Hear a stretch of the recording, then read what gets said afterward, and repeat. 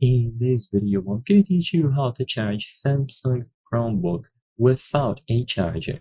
While it is possible for you to do this, this is going to be entirely dependent on which tools you have available around you.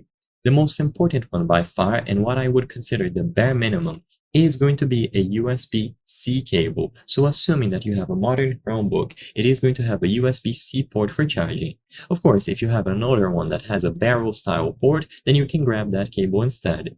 So grab any random USB cable that you have. You can use the one that came with your phone and charge your Chromebook using that. The other end doesn't need to be USB-C specifically. It can be USB-A, but if you have USB-C to USB-C, that is what I would recommend.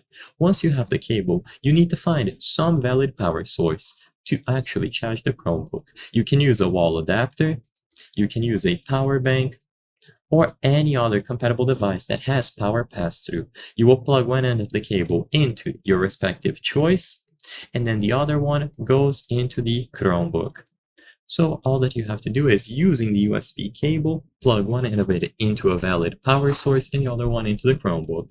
Even if you lost the original wall adapter, you can still find different ones and even use the one that came with your smartphone. Keep in mind that the wattage for your smartphone charger is going to be much lower than the one that your original charger can provide. Because of that, it is going to take much longer to fully charge, but it is an option if you are desperate and on a pinch.